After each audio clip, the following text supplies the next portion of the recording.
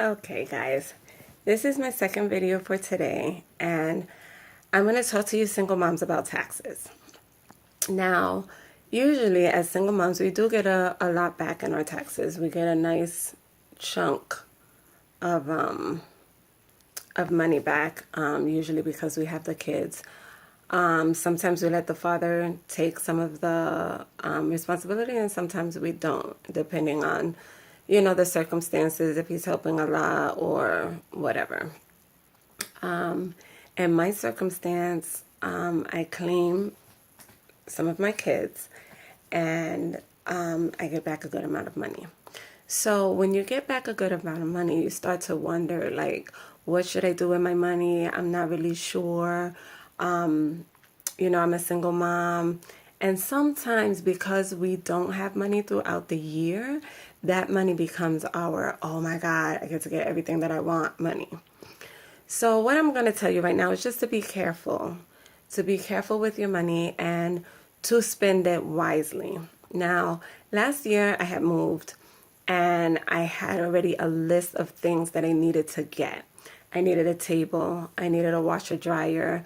I needed a bedroom set for my daughter because she was sleeping on the floor. We were all sleeping on the floor, but when our beds came in, her bed didn't come in. So she needed to have like a bed. And those were big, really large items. And, there was a couple of other really big items that we needed. So the money went kind of quick because a lot of the items were big ticket items that we needed. So, but we did manage to put some money aside, and I was able to save that money all the way until now, which is a good thing. So this is what I would suggest. Not saying this is what you have to do. This is what I do every year. Before you get your money back, just try and sit down and write down a list of the things that you need to do.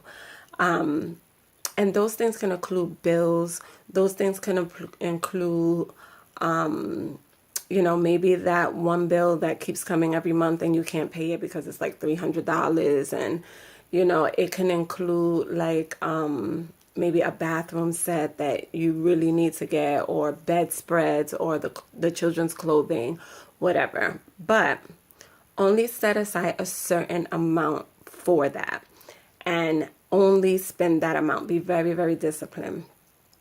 Then once you take care of that, because okay, let's just break it down. Let's say you get, I don't know, $9,000. Let's just say 9,000 because it's a nice round number.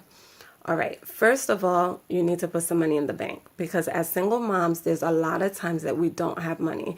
Let's say your kid is going to the prom, or they have like some special event coming up, or they need a dress for the chorus, or, any kind of thing can pop up and we don't have the money. And then we find ourselves asking family members or trying to see if we can work extra. So that is going to take care of those little things that happen during the year. So put some money aside.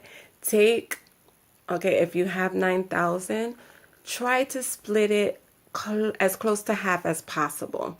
So we want to give ourselves a little bit of extra. So let's put 4,000 in the bank. So now you have $5,000 to spend, right? And you have $4,000 in the bank. I would suggest that when you put that money in the bank, that you put it in a place that you really can't touch it. Like you really, really are not touching it. Okay, maybe a savings account that does not have an ATM card that you have to travel to the bank to get the money, because that will cause you not to use it for dumb stuff. You know what I mean? It's something like that. But put it in the bank and don't touch it. Then, okay, so now we have $5,000 left. What I would definitely do is, depending on how many kids you have, what I used to do when my kids were younger, I used to, instead of saying, okay, I'm going to go get you guys clothes shopping, let's just go and do clothes shopping. Then they're like, I want this, I want this, I want this, I want this. And they think that money grows on trees. So what I used to do is I used to take $1,000 and I would split it amongst my children. And I would give them the money, because it teaches them the value of $1, And it's not like, oh, well, mommy has a lot of money, so mommy needs to buy me everything that I want. So with 3 children, what I used to do is I used to take the $1,000, split it into three, which is like 350, 300 and something each, $333, I think, each. So I would give them each $333. And I would say to them, this is your money. This is what you have. You're not getting any more. I'm not going to help you at the register. So you need to count up all your stuff. Make sure that you get, the amount of money that you have, and that's all that you get to spend on clothing. Now, when you have a 10, 11-year-old, a 13-year-old, and maybe a 16-year-old, that's a lot of money. They're like, what, $300? I get to go and go shopping? But when they start to see, wow, this is, if I get this, I'm not going to be able to get that. And you see them starting to really budget and starting to say, okay, I want to be able to get, some sneakers, and I know my sneakers are like $50. So I'm going to put that $50 aside. And then I'm going to take this and I'm going to get, a couple of pairs of jeans. And you start to see them learn to save as well, because instead of getting those Jordans, they might wind up with some Vans that maybe are a little bit less, that they'll still be in style, but they won't spend all their money.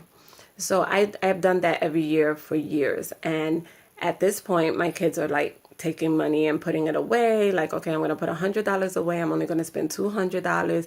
Let's go someplace where there's a sale, where I can get pants for like $10, or, I'm going to pick up some lotion or whatever. They're very, very good with their money. So I would do that. I would take at least $1,000. So we still have $4,000 left. With another 1,000, what I would do is make sure that you pay whatever it is that's outstanding. If you have a doctor's bill that keeps coming every month and it's like $200-$300 and you really can't pay it, out of that 1,000, pay that $300, get it over with, move on with your life. If you have a credit card bill that maybe is not 1,000, but the minimum payment is like $50, and you only have like maybe you have $600 on the card, or maybe you have $1,000 on the card. Let's pay $300. Pull down some interest, put a big chunk on there.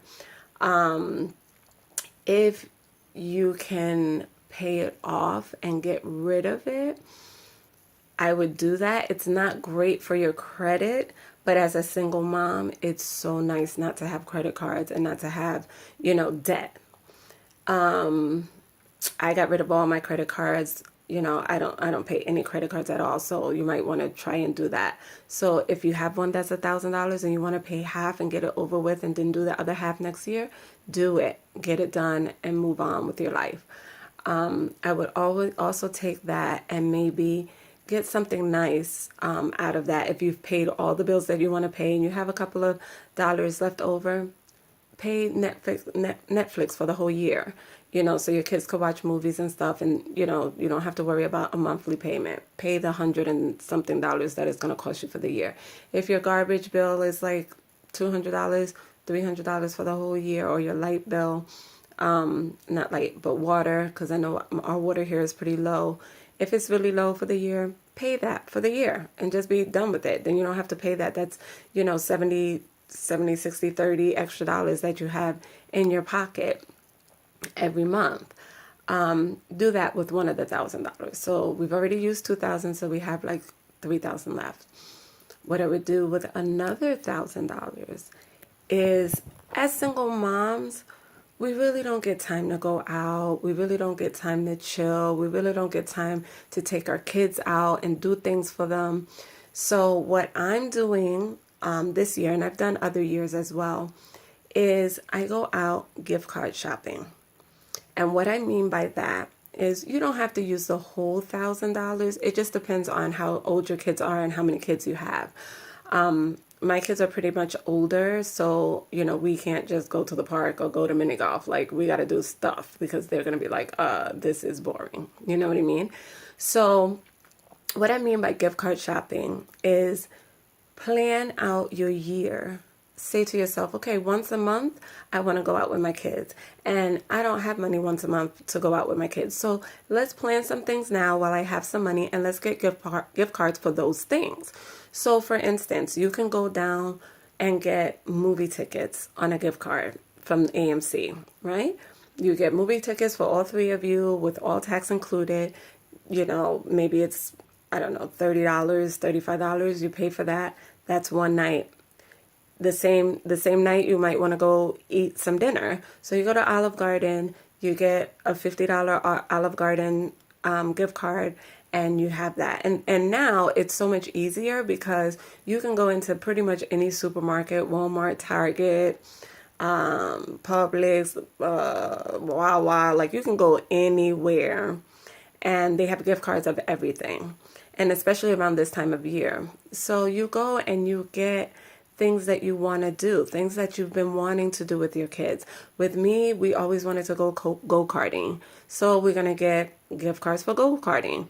We're going to get gift cards for dinner in the movie. We're going to get gift cards for a helicopter ride, escape rooms, those things that you go in and you have to try and get out within like 30 minutes or whatever. You might want to go to a carnival. You might want to go to like, a theme park, like Great Adventures or something like that. I'm trying to think what else we were planning on doing. Zip lining is another thing. There's a lot of different things that if you really want to do them with your kids, you can go, because right now it's February. So if you do your taxes now, you might get your stuff back in March. So you figure March, April, May, June, July, August, September, October, November. That's only 9 things. If you spend $100 on each thing, that's $900, and you have planned your whole year. So every month you can say to the kids, whether it's the beginning of the month, the middle of the month, or the end of the month, you know what, let's go. We're going to go ride in a helicopter, and afterwards we're going to go eat dinner because mommy went and, got all these gift cards. So we're going to once a month do these things. I would definitely do that. I'm actually doing that this year. So now you still have, that was 3,000 that we used. So you still have 2,000 left, right? So, you have to do something for yourself. And this $2,000 is yourself stuff. And I by yourself stuff, I don't mean go out and party and act all crazy. I'm not saying that. I'm saying with $2,000 that's left, you can go out, you can get a whole bunch of grocery so that you don't have to go shopping every single minute. And by grocery, I mean stuff that you can freeze, like meat and, things that will last on the shelf, like pasta sauces, things that aren't as perishable. You can go out and get that. Or you can go and you can plan a vacation, for you and your kids, someplace close where you guys can spend a weekend, for $2,000, you can do that. If you want to just get stuff for around the house that maybe you weren't able to get, maybe you want to buy yourself an electronic fireplace, or you need to get a TV because the TVs are broken, or you need a computer, or your kid needs a computer for school. That's what that $2,000 is for. It's for you stuff for you and your kids to take care of. And make sure that you leave yourself with at least $500 just for working money, so that, while you're there and you're, making it through the couple of days that come after the taxes, you'll be able to have something. But the thing is that now, think about it. Now you've gotten stuff to do every month. You paid off all the bills that you need to pay off. You got all the things that you needed for the house. You paid for Netflix for the year. Like, you're good, and you have a little extra money coming in because you paid a couple of bills in advance. And now you're here with maybe $500, $600 in the bank, and you have your regular working money that's coming in all the time. And you have about $4,000 in the bank saved. So just in case if you have an emergency. So what I'm saying You don't have to follow every suggestion that I've said here, but think about how you're going to spend your money. Don't just say, "Oh my God, I have, this much money. Let me go out and buy a car, or let me go out and, buy a house or something like that." And then for the rest of the year, you don't have the money to pay for that house, or you don't have the money per month to pay for that car. Oh, and another thing that's really good to do is with your car, in one of those $1,000, go down to the dealership, take your car there, tell them, I got 1,000. Don't tell them how much money you have, but tell them, I want to know what's wrong with my car. I want you to look at everything and tell me what's wrong and tell me how much it's going to cost. Most of the time, it's not going to cost more than $1,000. Take that money, spend it on your car. Make sure your car is in good working condition. I'm talking about 4 tires. I'm talking about your transmission is good. You got all the cleanses. You got a new battery. Like whatever it is that you need for your car, make sure that that's done also.